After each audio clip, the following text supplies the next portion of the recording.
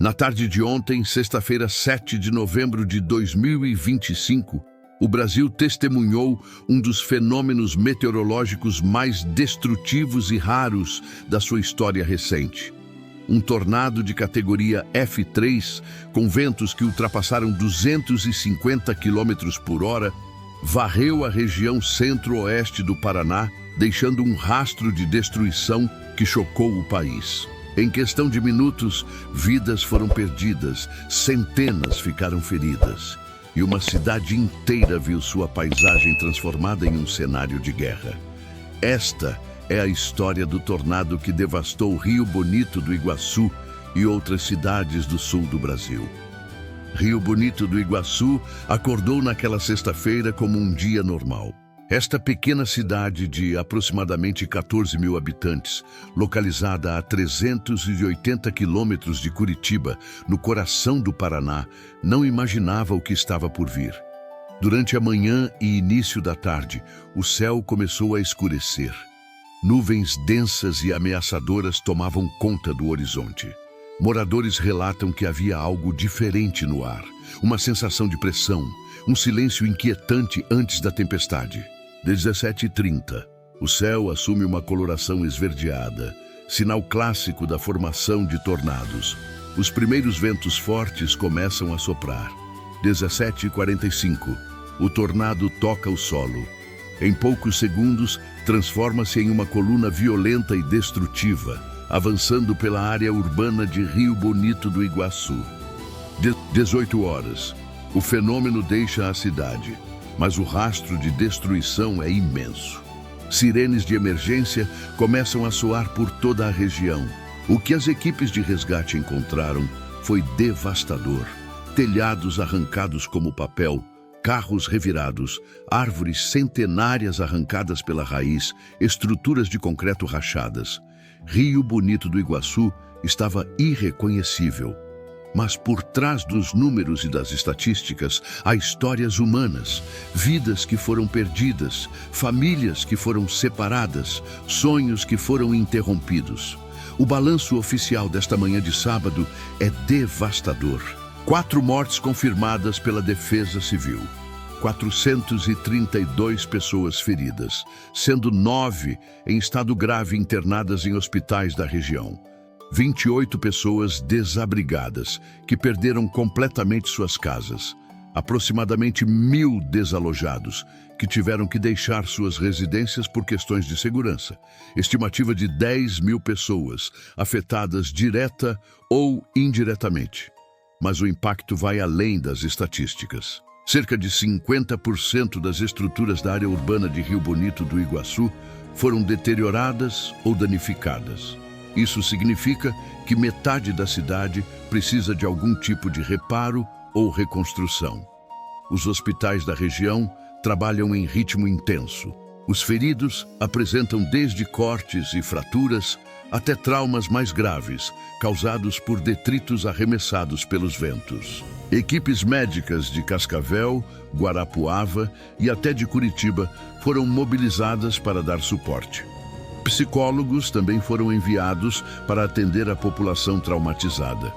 Muitos moradores relatam que nunca tinham visto nada parecido e o medo de novos eventos extremos já afeta a saúde mental da comunidade.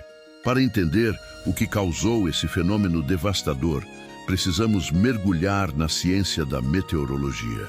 Tornados não são comuns no Brasil, mas também não são impossíveis. E esse evento prova exatamente isso. Segundo o CIMEPAR, o Sistema de Tecnologia e Monitoramento Ambiental do Paraná, o tornado se formou dentro de uma linha de instabilidade extremamente intensa, diretamente associada ao nascimento de um ciclone extratropical sobre o Oceano Atlântico. A meteorologista Andréa Ramos explica o processo. Quando um ciclone extratropical se forma, ele funciona como um gigantesco motor atmosférico. Esse sistema cria uma poderosa frente fria que avança pelo continente, gerando chuvas intensas e ventos muito fortes. Mas o perigo real está no que acontece ao longo do deslocamento dessa frente fria. O ciclone vai gerando instabilidades atmosféricas severas. Quando há um contraste extremo entre massas de ar quente e úmido vindas do norte e ar frio e seco vindo do sul, temos as condições perfeitas para tempestades supercélulas, as geradoras de tornados. O tornado de Rio Bonito do Iguaçu foi classificado como F3, na escala Fujita, que vai de F0 a F5. Um tornado F3 é considerado severo, com ventos entre 250 e 330 km/h. Para ter uma ideia do poder destrutivo, esses ventos são capazes de arrancar telhados e paredes externas de casas bem construídas, tombar trens, arrancar árvores grandes pela raiz, arremessar carros a grandes distâncias, transformar praticamente qualquer objeto em um projétil mortal. Em diversas cidades da região foram registrados ventos acima de 70 km/h, com 2 vizinhos alcançando 82,4 km/h. O volume de precipitação ultrapassou 40 milímetros em várias localidades em poucas horas, o equivalente a quase metade da chuva esperada para todo o mês. O tornado de Rio Bonito do Iguaçu não foi um evento isolado. A mesma linha de instabilidade afetou uma vasta região do sul do Brasil e até países vizinhos. Em Santa Catarina, as cidades de Dionísio Cerqueira e Xanxerê também foram atingidas por tornados e tempestades severas. Candói, também no Paraná, sofreu danos significativos.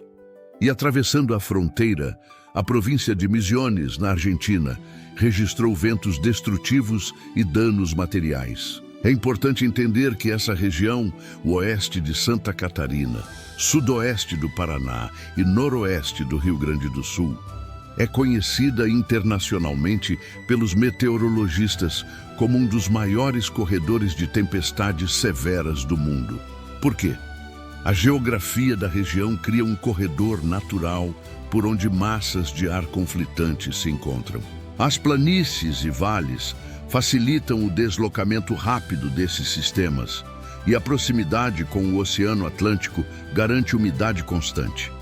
É a receita perfeita para tempestades intensas. Embora tornados sejam raros no Brasil comparados aos Estados Unidos, eles acontecem. E quando acontecem nessa região, podem ser devastadores. Minutos após o tornado deixar a região, uma operação massiva de resgate e salvamento foi colocada em movimento. O governo do Paraná mobilizou rapidamente 50 bombeiros militares especializados, 20 integrantes do GOST, Grupo de Operações de Socorro Tático, cães farejadores treinados para localizar vítimas sob escombros, ambulâncias de Cascavel e Guarapuava, equipes da Defesa Civil de múltiplos municípios, helicópteros para reconhecimento aéreo e transporte de feridos graves. Durante toda a noite de sexta para sábado, as equipes trabalharam sob holofotes temporários.